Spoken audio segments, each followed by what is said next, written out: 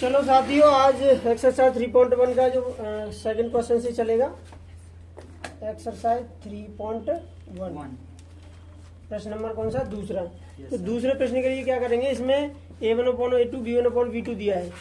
तो मानक समीकरण, तो मानक समीकरण करेंगे। वो कैसे करेंगे? मानक समीकरण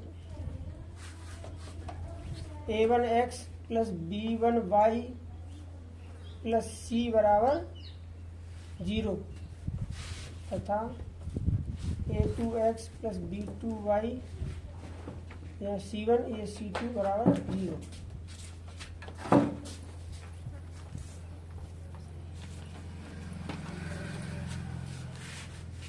से a1/a2 ये सरकारी बुक से है, इसका एनसीईआरटी का, इसी का जो है कि क्वेश्चन नंबर सेकंड है। तो उसके लिए जो इम्पोर्टेंट जो फॉर्मूलाज है वो आप राइट डाउन करें। a1/a2 not equal to b1/b2। तो इसके लिए क्या आ जाएगा, यानी ग्राफी निरूपण में, ग्राफ जो बनाएंगे तो ग्राफी निरूपण में बोलेंगे रेखाएं, यानी प्रच्छेद करती हुई रेखाएं, रेखाएं प्रच्छेद करेंगी, रेखाएं प्रतिच्छेद, रेखाएं प्रतिच्छेद करेंगी। यानी दो समीकरण हो और जब दोनों को वैल्यू निकाल लें तो जो a1a2 और b1b2 के जो वैल्यू निकलेंगी वो बराबर नहीं होंगे एक दूसरे के। तो फिर उससे क्या होगा, जब उसका ग्राफ बनाएंगे तो रेखाएं प्रतिच्छेद करेंगी। कैसे प्रतिच्छेद करेंगी? जैसे कि मतलब हम ऐसे ही तो बनाएंगे, तो मान चलो एक लाइन यूं जाएगी तो दूसरी यूं जाएगी, मतलब प्रतिच्छेद एक दूसरे को इंटरसेक्ट करेगी। ठीक है, एक दूसरे को क्या करेगी? प्रतिच्छेद करेगी। समझ आई ये बात? अब ये हो गया पहला पॉइंट। अब दूसरे पॉइंट में क्या कह रहा है कि a1/a2 बराबर b1/b2 बराबर c1/c2। तो रेखा कैसी होंगी? रेखाएं प्रतिच्छेद करेंगी, संपाती, रेखाएं संपाती होंगी।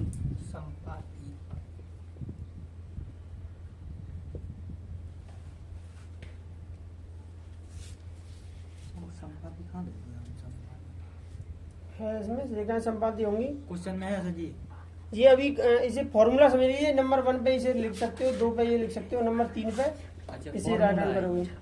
तो जैसे कि a1/a2 बराबर b1/b2 और बराबर नहीं हो नॉट इक्वल टू c1/c2। तो इसमें क्या होगा, रेखाएं समांतर होंगी, रेखाएं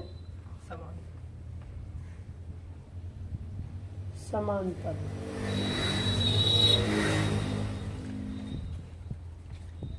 अब कहेंगे कि संपाती का क्या मतलब है?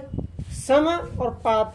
तो एक ये समझ लीजिए कि एक रेखा दूसरी रेखा के ऊपर ही आ जाएगी, ये समझ के चलो आप। Yes sir. ठीक है, तो संपाती हो गया। समांतर, पैरेलल, दो रेखाएं ऐसी जिन्हें आगे पीछे अगर कितना भी बढ़ाया जाए तो आपस में कभी नहीं मिले।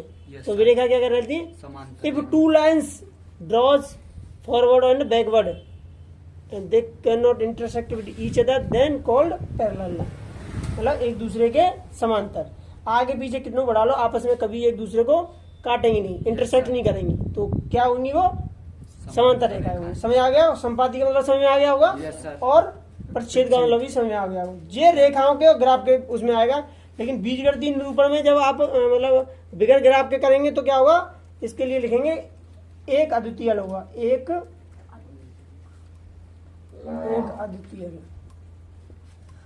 अद्वितीय हल होगा। बिगर ग्राफ के केवल बताना हो अद्वितीय हल, और इसे ये भी कहते हैं या एक अद्वितीय हल होगा या केवल एक हल होगा, या केवल एक हल होगा, केवल एक हल होगा। ठीक है, अगला नेक्स्ट पॉइंट है ये वाला, जो रेखाएं संपाती होंगी तो अपरिमित रूप से इसके अनेक हल होंगे। अपरिमित रूप से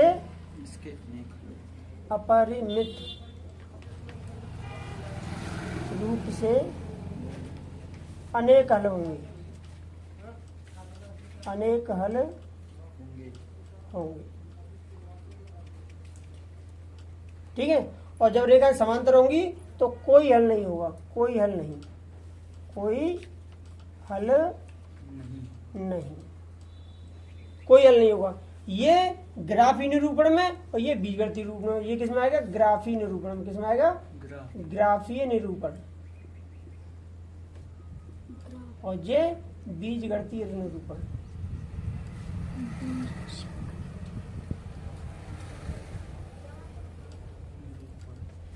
समझ आ गया?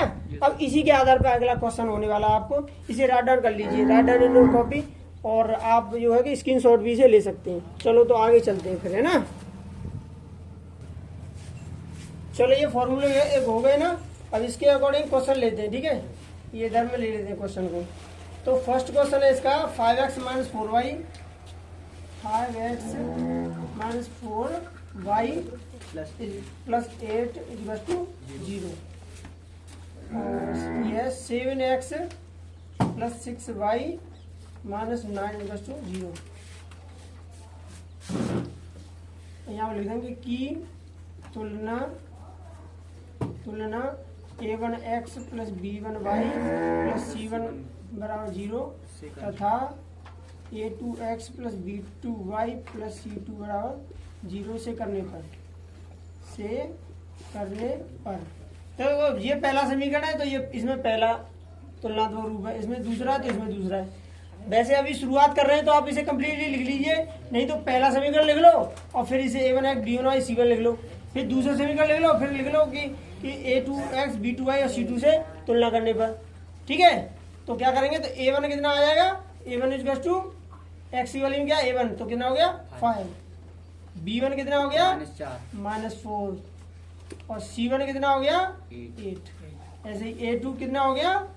a2 7, b2 6 और c2 -9।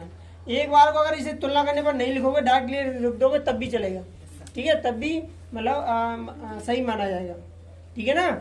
आगे देखो, अब इसमें रखते हैं। अब हमें नहीं मालूम कि मतलब ये कौन सा फॉर्मूला लग रहा है इसमें, लेकिन अभी जब सॉल्व करेंगे तब क्लियर हो जाएगा।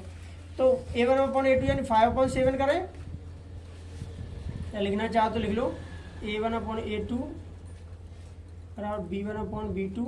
लेकिन आपको क्या लग रहा है कि ये 5 और 7 में -4 6 मिल रहा है? ये तो नहीं मिल रहा है ना, तो इसी को पहले राइट डाउन करोगे 5/7 = -4/6।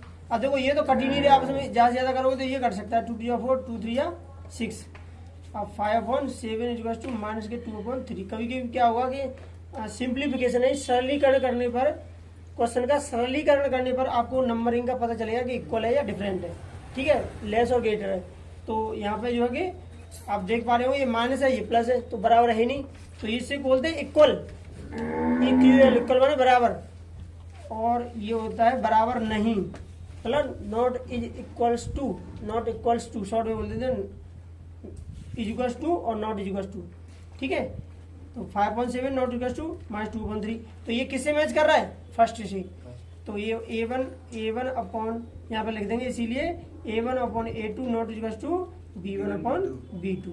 अब इसमें देखो प्रश्न में क्या पूछ रहा है, क्वेश्चन में पूछ रहा है कि निम्न समीकरण द्वारा निरूपित रेखाएं बिंदु पर प्रच्छेद करती हैं, समांतर है अथवा संपाती हैं। तो क्या है ये फिर? अतः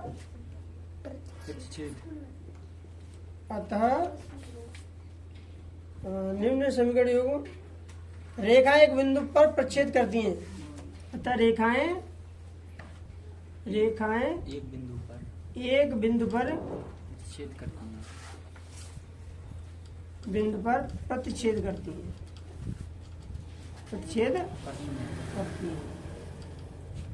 क्लियर हुआ? यही आपका आंसर होगा। ये आपका ये प्रश्न नंबर कौन सा? प्रश्न सेकंड का फर्स्ट, और ये हो गया आपका सॉल्यूशन। Okay, yes sir. आगे पूछिए कौन सा क्वेश्चन करना है? सेकंड, थर्ड, तीसरे का पहला।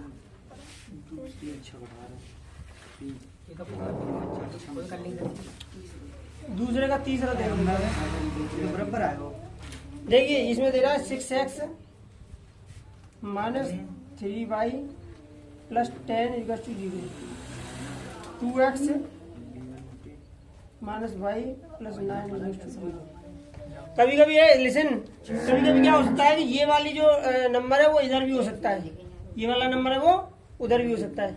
तो या तो ऐसा करना है कि C1 C2 उधर ही मान लेना, या फिर दोनों को इधर पक्षांतर करके मतलब बराबर के इधर लाके तो दोनों प्लस के माइनस होगा, माइनस का प्लस मतलब दोनों की चिन्ह बदलेंगे, तो फिर दोनों को इधर लेके आना। ठीक है, ऐसे करके का मानक रूप में समीकरण में लिसन है, समीकरण में करके क्या कर देंगे, A1 equal to 6 B1 equal to -3 C1 equal to 10 तथा A2 equal to 2 B2 equal to -1 C2 equal to 9। अब देखो हमें नहीं मालूम है कि कौन सा, अब ये तो ये सामने रखें, लेकिन हम जैसे क्वेश्चन को सॉल्व करेंगे तो फॉर्मूला तो लर्न करना पड़ेगा, याद करना पड़ेगा। तो देखो यहाँ पे क्या है, ये 6/2 तो कितना हो रहा है, 2 3 6 2 3 6 3 आ गया, ये -1 है, -3 माइनस से माइनस कट जाएगा, 1 3 3 3 आ गया, 9 10 मतलब ये बराबर है, ये बराबर, लेकिन ये बराबर नहीं है। तो इसका मतलब क्या करेंगे, अब या तो फॉर्मूला को पहले भी लिख सकते हैं बाद में भी लिख सकते हैं, दोनों तरीके से कर सकते हैं, इसमें कोई इफेक्ट नहीं है कि पहले नंबर को कर दिया और पीछे फॉर्मूला को लिखने लगे। ठीक है, तो आप चाहो तो दोनों तरीके से कर सकते हैं, पहले फॉर्मूला को लिख दो फिर उसमें सेट कर दो, फिर कौन सा मैच कर रहा है पूछो, फॉर्मूला कर दो। चलो, तो फॉर्मूला से करने के लिए एक ही मेथड है कि हमें नहीं पता कि कौन सा सही है, जैसे किसी में मतलब सिंप्लीफिकेशन करना पड़ सकता है, सरलीकरण, तो हम तो सीधा एक ही फॉर्मूला लगाएंगे, अतः A1/A2 बराबर B1/B2 बराबर C1/C2 सीधा इसमें सब में ये लगा सकते हैं। ठीक है, अब वैल्यू पुट कर दीजिए, 6/2 इक्वल टू -3/-1 इक्वल टू 10/9। तो ये 2 3 या 6 माइनस से माइनस 1 3 या 3, ये नहीं कट रहा है, तो हमें क्या करना पड़ेगा, यहाँ पर नॉट इक्वल टू लगाना पड़ेगा। तो क्या करेंगे, 3 equal to 3 not equal to 10/9, या इसीलिए लगा लीजिए या अतः कर दिए, अतः A1/A2 equal to B1/B2 not equal to C1/C2। अब कौन सा मैच कर रहा है, तो आप कर दीजिए, तो कौन सा मैच कर रहा है, तीसरा, रेखाएं समांतर होंगी, रेखाएं समांतर होंगी। क्लियर हुआ, यस सर। पूछिए और कुछ, यानी अगर आप चाहो तो फॉर्मूले को ऐसे राइट डाउन कर सकते हो यहाँ पे, और इसी के अकॉर्डिंग आप यहाँ पे उतारिए। तो लेकिन अगर जैसे कि यहाँ पे इक्वल टू है, यहाँ पे भी इक्वल टू, जब पता चल गया है कि हमें ये इक्वल टू नहीं है तो नॉट इक्वल टू लगा दो, क्यों, फिर वो गलत मेंशन में हो जाएगा ना। फिर उसी के अकॉर्डिंग यहाँ पे अगला और सिंप्लीफिकेशन शो कर दो, फॉर्मूलों के दर्शा के उसका लिख दो कि किस समान तरह की संपाती है कि मतलब प्रच्छेद है क्या है। ठीक है, क्लियर हो गया, yes sir. Okay, write down it. हाँ पूछो, मतलब पहले सवाल कराया उसमें ये पहला फॉर्मूला उसमें सब में लगा, ये सब में लगा सकते हैं, क्योंकि हमें मालूम ही नहीं है कि मतलब सवाल में बड़ा है कि छोटा है। सिंप्लीफिकेशन मतलब सरलीकरण करने पर, उसे काटने पर ही, या फिर मतलब लासा विधि से फैक्टर मेथड से काटने पर ही पता चलेगा कि कौन सा बराबर है कौन सा बराबर नहीं है। ठीक है, तो इसे किसी में भी लगा सकते हैं, हर एक सवाल में लगा सकते हैं, हर एक सवाल में लगा सकते हैं, लेकिन यहाँ पे ये शो करना है बराबर है या नहीं है, तब जाके इसे करना है। Okay okay sir. अभी जो सवाल चल रहे थे वो किससे चलते हैं, ग्राफी निरूपण से। अब जो अगला वाला क्वेश्चन होगा वो उससे आएगा बीजगणितीय निरूपण से। अब देखो बीजगणितीय निरूपण से कैसे होगा, इसे देख लेते हैं। ठीक है, यानी फॉर्मूले आपको क्लियर होने चाहिए, आप ये समझ लीजिए क्लियर। चलो, ये क्वेश्चन नंबर 3 में से पूछा कोई सा भी, क्वेश्चन नंबर 3 तीसरा, थर्ड बताओ सर। थर्ड का अच्छा अपॉन में वो इसी के।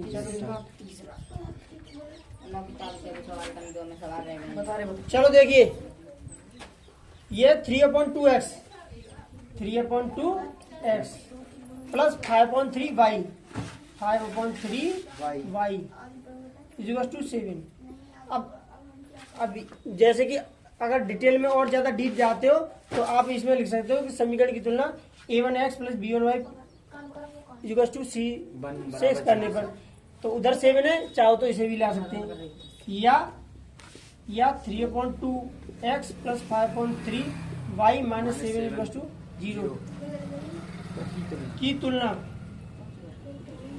मतलब तीनों तरीके से पहले जो बताया, दोनों समीकरण एक साथ रखने पर तुलना की, दूसरे में डायरेक्ट मैं कर दिया, तीसरे में देखो ऐसे करके बता रहा हूँ की तुलना a1x plus b1y plus c1 equal to 0 से करने पर तो देखो ये x है भाई, मतलब क्या है साइड में क्या है a1, यानी इसका गुणांक तो मल्टीपल, यानी a1 equal to 3/2 comma b1 equal to y की साइड में जो है कि गुणांक के रूप में तथा c1 equal to -7। Okay yes sir. अब फिर अगला बोल ले लीजिए समीकरण 9x minus 10y equal to 14, 9x minus 10y equal to 14, या का चिन्ह है या अथवा और, तो 9x minus 10y minus 14 equal to 0 की तुलना a2x plus b2y plus c2 बराबर 0 से करने पर तो क्या हो जाएगा a2 equal to 9, b2 equal to -10, c2 equal to -14। अतः या इसीलिए a1/a2 equal to b1/b2 equal to c1/c2। तो रखिए वैल्यू, तो a1 कितना है, a1 3/2। ध्यान से देखिएगा, इसमें थोड़ा सा ना कैलकुलेशन बढ़ रही है, देख रहे हैं ना सभी ध्यान से। तो 3/2 अपॉन a2 कितना है 9। अब तुम देख रहे होंगे 3/2 यानी 3/2 तो फ्रैक्शन है भिन्न के रूप में, लेकिन 9 भिन्न के रूप में नहीं है। तो क्या करेंगे, इसे भी भिन्न बनाने के लिए 1 बट्टे मान लेंगे। कोई समस्या क्लियर है ना।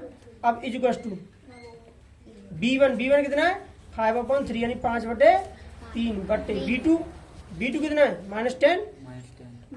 ऊपर देख रहे होंगे भिन्न है, ये बिगर भिन्न का रूप है, तो इसके नीचे क्या मान लेंगे 1। जो बच्चों को एडवांस नॉलेज होती है वो क्या करते हैं कि डायरेक्टली इससे मल्टीप्लाई कर देते हैं, जैसे इसका इसमें कर देते हैं और इसका इसमें कर देते हैं। लेकिन जो बच्चे थोड़े न कंफ्यूजन है उसको वो अपॉन 1 मान लें, तो वो आपकी जो मिस्टेक चांस है वो कम हो जाएंगे, क्योंकि उसे भी भिन्न का रूप बना लें तो और आपको डीप क्लियरिटी आ जाएगी। ओके। और C1 कितना है -7 यानी -7/-14। अब देखिए इसे कर लीजिए कि मिडिल का मल्टीप्लाई होता है और फर्स्ट और लास्ट का, तो 3 × 1 3 यहाँ पे 3 × 1/2 × 9 इक्वल टू हो जाएगा आपका 5 × 1 5 × 1/3 -10 यानी मिडिल का और अपर और लोअर का। ठीक है। और ये माइनस से माइनस कट गया यहाँ पे, तो यहाँ पे क्या हो जाएगा उसको 7 × 1 7 7 2 14 यानी 7 × 7 7 दूनी 14। ठीक है। अब 3 से काट दिए, देखो 3 3 का 9, तो यहाँ पे 1 1 ही हो जाएगा। Yes sir. और 3 दूनी 6 बराबर 5 1 5 5 से ये कट जाएंगे 2 टाइम्स, तो यहाँ पे क्या हो जाएगा 1/-6। अब देखो ये प्लस के हैं और ये माइनस के हैं। ठीक है। तो ये इक्वल टू नहीं हो रहे हैं। ठीक है, इक्वल टू नहीं हो रहे। और इसमें कह रहा है तुलना कर ज्ञात कीजिए कि निम्न समीकरणों के युग्म संगत हैं या असंगत हैं। क्या है, संगत है या असंगत, संगत है या असंगत है। तो ये मैंने तुमको बताया था, बताओ इसे। मतलब जैसे कि a1/a2 not equal to b1/b2 है, यानी ये एक अद्वितीय हल होगा, केवल एक हल होगा, तो ये संगत में आएगा या असंगत में आएगा। संगत में, यानी रेखाएं प्रच्छेद करती हैं, एक अद्वितीय हल है, तो ये संगत में आएगा, संगत। और रेखाएं संपाती होंगी यानी अपरिमित रूप से अनेकल होंगे, तो ये भी संगत। और कोई हल नहीं मतलब असंगत, ये संगत में आएगा। तो ये क्या हो गया, यहाँ पे कर दीजिएगा a1/a2, इसीलिए अतः a1/a2 not equal to b1/b2,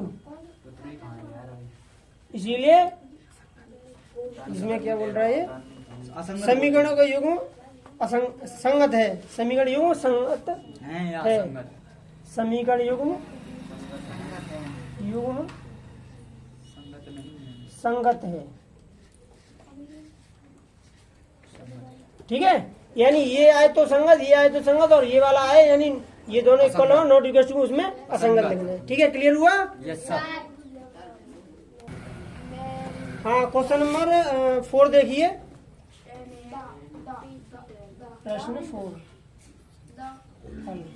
कौन सा करें 4 में से बताइए। चलो पहला ही कर लेते हैं ना, कोई और करवाना है? दूसरो। चलो सेकंड वाला ले लेते हैं, 4 का सेकंड। Okay, yes sir. तो इसमें दे रहा है x minus y equal to x minus y equal to 8। तो या x माइनस वाई प्लस का 8 इधर जम्बल करेंगे, इसे इधर लेके आएंगे तो इक्वल टू के, तो माइनस 8 इक्वल टू 0 की तुलना a1x plus b1y plus c1 equal to 0 से करने पर कीजिए।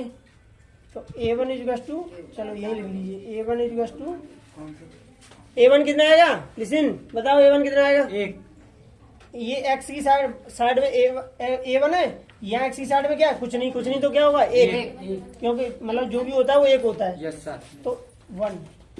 अब यहाँ y की साइड में क्या है? गुणांक जो है बाई b1, तो यहाँ y की साइड में क्या है? -1। तो b1 इक्वल टू -1 तथा c1 इक्वल टू -8। अब देखो आगे ले लीजिए second, 3x minus 3y equal to 16। 3x यहाँ तथा लिखे तो लिख लीजिए, वैसे डायरेक्ट लिख लीजिए, 3x minus 3y equal to 16 या 3x minus 3y minus 16 equal to 0 की तुलना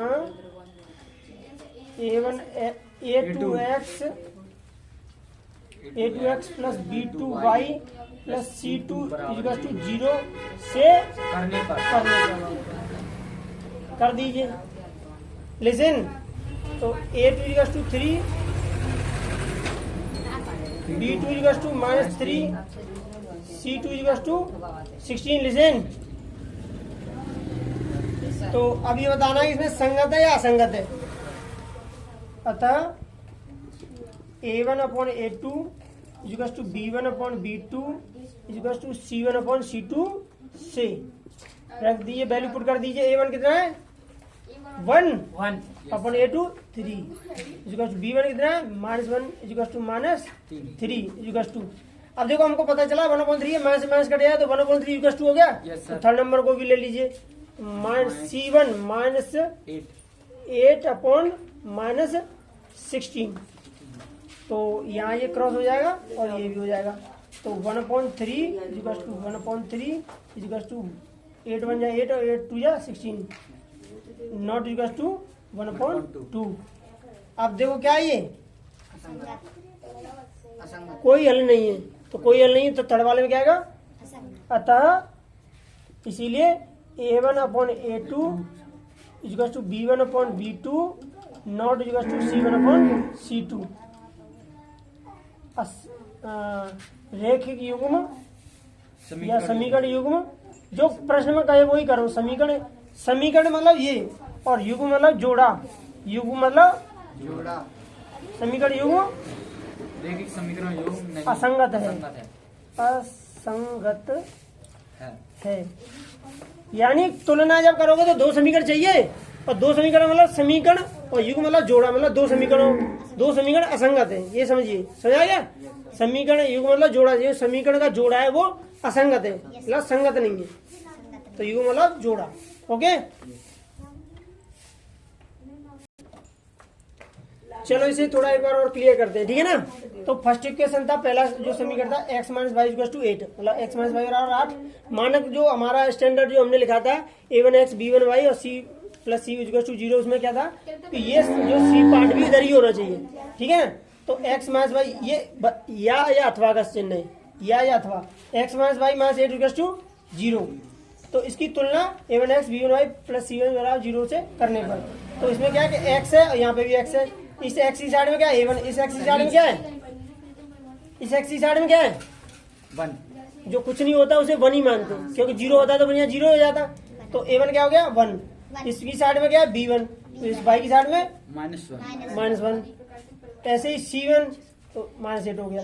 इसी प्रकार से इसका कर लेंगे यहाँ तक। 16 अब अतः बार बार वही रखना है A1/A2 = B1/B2 = C1/C2 से वैल्यू पुट कर दीजिए, पता चल गया हमें यहाँ तक बराबर है, ये डिफरेंट आ रहा है, इसीलिए ये करके A1/A2 = B1/B2 नॉट = C1/C2, या इसे नॉट = बराबर नहीं है कहीं, या नॉट = तो समीकरण योग क्या है असंगत है।